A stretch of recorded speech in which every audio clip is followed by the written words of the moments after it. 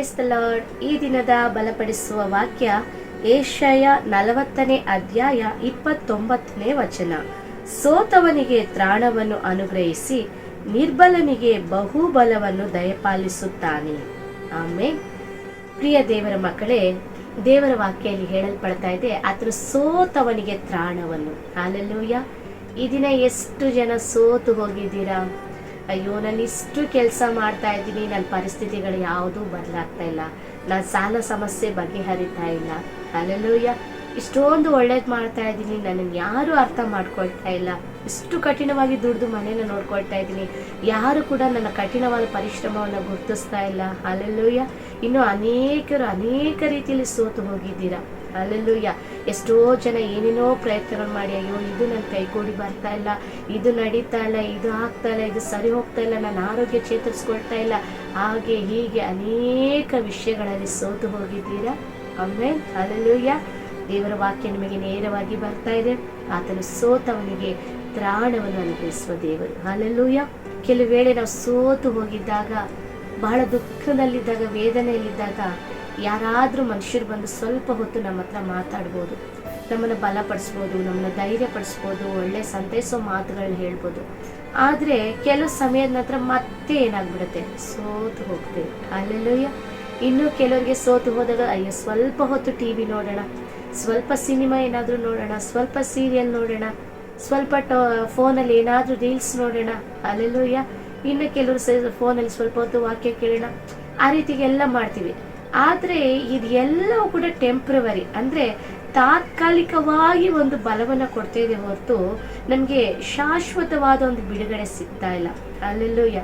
ಅದರಲ್ಲಿ ದೇವರ ವಾಕ್ಯ ಹೇಳ್ತಾ ಇದೆ, ಆತನು ಸೋತವನಿಗೆ ತ್ರಾಣವನ್ನು ಅನುಗ್ರಹಿಸಿ ನಿರ್ಬಲನಿಗೆ ಬಹುಬಲವನ್ನು ಕೊಡುವವನಾಗಿದ್ದಾನೆ. ಹಲ್ಲೆಲೂಯಾ. ಪ್ರಿಯ ದೇವರ ಮಕ್ಕಳೇ, ನಮಗೆಲ್ಲ ಗೊತ್ತಿರುವ ಹಾಗೆ ಎಲಿಯನೆಂಬ ಒಂದು ಪ್ರವಾದಿ ನಮಗೆ ಗೊತ್ತು. ಹಲ್ಲೆಲೂಯಾ. 1 ಅರಸುಗಳು 19ನೇ ಅಧ್ಯಾಯದಲ್ಲಿ ಎಲಿಯನ ಬಗ್ಗೆ ಈ ವಿಷಯ ಬರೆಯಲ್ಪಟ್ಟಿರುತ್ತದೆ.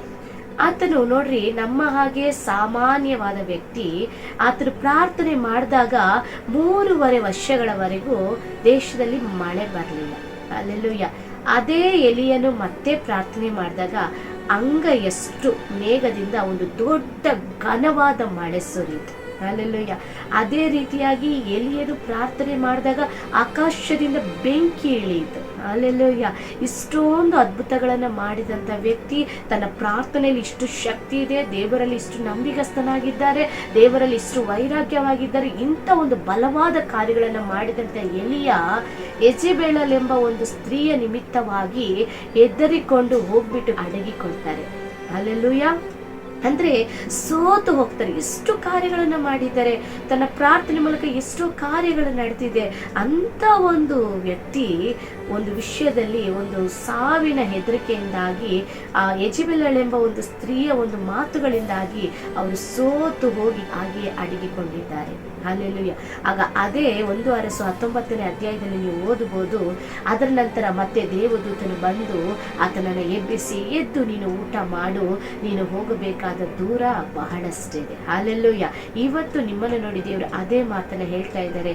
ಪ್ರಿಯ ದೇವರ ಮಕ್ಕಳೇ, ಏನನ್ನ ನೋಡಿ ನೀವು ಸೋತು ಹೋಗಿದ್ದೀರಾ, ಕುಳಿತುಕೊಂಡಿದ್ದೀರಾ, ಸಾಲಗಳನ್ನ ನೋಡಿ ಹೆದರ್ಕೊಂಡು ಕೂತಿದ್ದೀರಾ, ಅನಾರೋಗ್ಯವನ್ನ ನೋಡಿ ಸೋತು ಹೋಗಿದ್ದೀರಾ, ನಿಮ್ಮ ಮನೇಲಿ ಎಲ್ಲ ಕಾರ್ಯಗಳು ಕೂಡ ಕೈಕೂಡಿ ಬರದೆ ಯಾವುದೋ ಒಂದರಲ್ಲಿ ಕೊರತೆ, ಇದನ್ನ ಮಾಡಿದ್ರೆ ಅದು ಕೊರತೆ, ಅದನ್ನ ನೋಡಿದ್ರೆ ಇದು ಕೊರತೆ, ಒಂದಕ್ಕಿದ್ರೆ ಒಂದಕ್ಕಿಲ್ಲ, ಹಾಗಿದ್ರೆ ಹೀಗಿಲ್ಲ, ಅವ್ರು ಸರಿ ಇದ್ರೆ ಇವ್ರು ಸರಿ ಇಲ್ಲ, ಏನೋ ಒಂದು ಇಕ್ಕಟ್ಟುಗಳು, ಯಾವ ಕಡೆ ನೋಡಿದ್ರೆ ಒಂದು ಸಮಾಧಾನ ಇಲ್ಲ, ಒಂದು ಬಿಡುಗಡೆ ಇಲ್ಲ, ಒಂದು ಆಶೀರ್ವಾದ ಇಲ್ಲ, ಒಂದು ಅಭಿವೃದ್ಧಿ ಇಲ್ಲ. ಈ ರೀತಿ ಅನೇಕ ಗೊಂದಲಗಳಿಂದ, ಗಲಿಬಿಲಿಗಳಿಂದ, ವಿಚಾರಗಳಿಂದ ನೀವು ಸೋತು ಹೋಗಿದ್ದೀರಾ. ಹಲ್ಲೆಲೂಯಾ. ಪ್ರಿಯ ದೇವರ ಮಕ್ಕಳೇ, ಸೋತು ಹೋಗ್ಬೇಡ್ರಿ. ಆ ದಿನ ಎಲಿಯನನ್ನ ಬಲಪಡಿಸಿದಂತ ಅದೇ ದೇವರನ್ನ ನಾವು ಆರಾಧಿಸ್ತಾ ಇರೋದು. ಅದೇ ದೇವರು ನಮಗೂ ಕೂಡ ಈ ದಿನ ತನ್ನ ದೂತರನ್ನ ಕಳಿಸಿ ನಮ್ಮನ್ನು ಬಲಪಡಿಸ್ತಾರೆ. ಈ ದಿನ ನೀವು ಕೂಡ ಎದ್ದು, ದೇವರಾತ್ಮನ ಹೇಳುವ ಹಾಗೆ ಎದ್ದು ವಾಕ್ಯವನ್ನ ಓದ್ರಿ, ಪ್ರಾರ್ಥನೆಯನ್ನ ಮಾಡ್ರಿ. ಆ ದಿನ ರೊಟ್ಟಿಯು ಮಾಂಸವು ಎಂಬುದಾಗಿ ಹೇಳಲ್ಪಟ್ಟಿದೆ. ಆ ವಿಷಯವನ್ನ ನಾವು ತೆಗೆದುಕೊಳ್ಳದೆ ಆದ್ರೆ ಅದು ರೊಟ್ಟಿ ಅಲ್ಲ, ಅದು ಪ್ರಾರ್ಥನೆ. ಹಲ್ಲೆಲೂಯಾ. ಅದು ಮಾಂಸವಲ್ಲ, ಅದು ದೇವರ ವಾಕ್ಯ. ಈ ದಿನ ನೀವು ಈ ರೊಟ್ಟಿಯನ್ನ, ಹಲ್ಲೆಲೂಯಾ, ಈ ಒಂದು ಮಾಂಸವನ್ನ, ಎದ್ದು ತಿನ್ರಿ, ಪ್ರಾರ್ಥನೆ ಮಾಡ್ರಿ, ವಾಕ್ಯವನ್ನ ಓದ್ರಿ. ಹೇಗೆ ನೀವು ಏನೇನೆಲ್ಲ ಅನ್ಕೊಳ್ತಿದ್ರ ಅದಕ್ಕೆ ಬೇಕಾದ ತಕ್ಕ ಬಲವನ್ನ ಕರ್ತನು ಕೊಡ್ತಾರೆ. ಹಲ್ಲೆಲೂಯಾ. ಆದ್ರೆ ಮೊದಲನೇದಾಗಿ ನೀವು ಸೋತು ಹೋದಾಗ ಮಾಡೋ ವಿಷಯ ಏನು ಗೊತ್ತಾ? ಪ್ರಾರ್ಥನೆನೇ ಮಾಡೋದಿಲ್ಲ, ವಾಕ್ಯವನ್ನಂತೂ ಓದೋದೇ ಇಲ್ಲ, ಬೈಬಲ್ ಅಂತೂ ಮುಟ್ಟೋದೇ ಇಲ್ಲ. ಹಲ್ಲೆಲೂಯಾ. ಅದಕ್ಕೆ ನಾವು ಇನ್ನೂ ಏನಾಗ್ತೀವಿ ಗೊತ್ತಾ? ಇನ್ನೂ ಬಲಹೀನರಾಗಿ ಆಗ್ತಲೇ ಇರ್ತೇವೆ.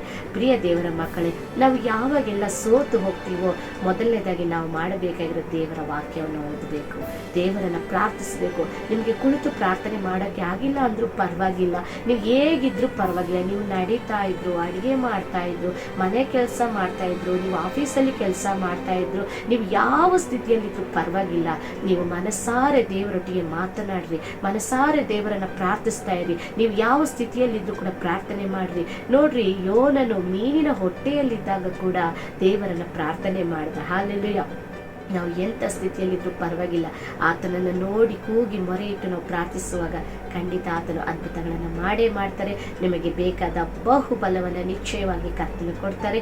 ಈ ದಿನ ಯಾರೆಲ್ಲ ಸೋತು ಹೋಗಿದ್ದೀರೋ ಎಲ್ಲರೂ ದಯವಿಟ್ಟು ಎದ್ದು ನೀವು ಪ್ರಾರ್ಥನೆ ಮಾಡೋದಕ್ಕೆ ಕುಳಿತುಕೊಡ್ರಿ. ಇಲ್ಲ ಇರುವ ಸ್ಥಳಗಳಲ್ಲಿ ಯೇಸುವೆ ನನ್ನ ಪರಿಸ್ಥಿತಿಯನ್ನು ಮಾರ್ಪಡಿಸಿರಿ, ನನ್ನ ಕಷ್ಟವನ್ನು ತೆಗೆದು ಹಾಕ್ರಿ, ನನ್ನ ಕಣ್ಣೀರನ್ನು ತೆಗೆದು ಹಾಕ್ರಿ, ನಿನ್ನ ಹೊರತು ಬೇರೆ ಸಹಾಯಕನಿಲ್ಲ, ನಿನ್ನ ಹೊರತು ವಿಮೋಚಕನೂ ಇಲ್ಲ ಎಂಬುದಾಗಿ ಆತನನ್ನು ಹೇಗೆಲ್ಲ ನಿಮಗೆ ಹೊಗಳೋಕೆ ಸಾಧ್ಯನೋ, ಆತನನ್ನು ನಂಬಿ ನೀವು ಕೃತಜ್ಞತೆ ಹೇಳೋಕ್ಕೆ ಸಾಧ್ಯವೋ ಆ ರೀತಿಯಾಗೆಲ್ಲ ಆತನ ಕುರಿತು ನಿಮಗಿರುವ ನಂಬಿಕೆಯನ್ನು ವ್ಯಕ್ತಪಡಿಸಿರಿ, ಪ್ರಾರ್ಥಿಸ್ರಿ, ದೇವರ ವಾಕ್ಯಗಳನ್ನು ಓದ್ರಿ. ನಿಮಗೆ ಅರ್ಥ ಆಗುತ್ತೋ ಆಗೋದಿಲ್ವೋ, ಆದರೆ ಇದಕ್ಕೆ ಸಮಯವನ್ನು ಖರ್ಚು ಮಾಡ್ರಿ. ನಿಮ್ಮ ಹೃದಯದಲ್ಲಿ ಒಂದು ಸಂತೋಷ, ಒಂದು ಸಮಾಧಾನ, ನಿಮ್ಮ ಶರೀರದಲ್ಲಿ ಒಂದು ಬಲ, ನಿಮ್ಮ ಆತ್ಮದಲ್ಲಿ ಒಂದು ಬಲ, ಎಲ್ಲ ವಿಷಯದಲ್ಲಿ ಕೂಡ ದೇವರು ನಿಮಗೆ ಹೊಸ ಬಲವನ್ನು ಅನುಗ್ರಹಿಸ್ತಾರೆ. Hallelujah, hallelujah. ಆ ದಿನ 38 ವರ್ಷಗಳಿಂದ ಅಸ್ವಸ್ಥನಾಗಿ ಬಿದ್ದುಕೊಂಡಿದ್ದ ಆ ವ್ಯಕ್ತಿಗೆ ದೇವರು ಕ್ಷಣ ಮಾತ್ರದಲ್ಲಿ ಅದ್ಭುತ ಮಾಡಿದ್ರು ಅಲ್ವಾ? ಆ ಬೆತ್ಸದ ಕೊಳದ ಬಳಿಯಲ್ಲಿ ಆ ವ್ಯಕ್ತಿ 38 ವರ್ಷದಿಂದ ನನಗೆ ಯಾರು ಸಹಾಯ ಮಾಡೋರಿಲ್ಲ ಎಂಬುದಾಗಿ ಬಿದ್ದುಕೊಂಡಿದ್ದ.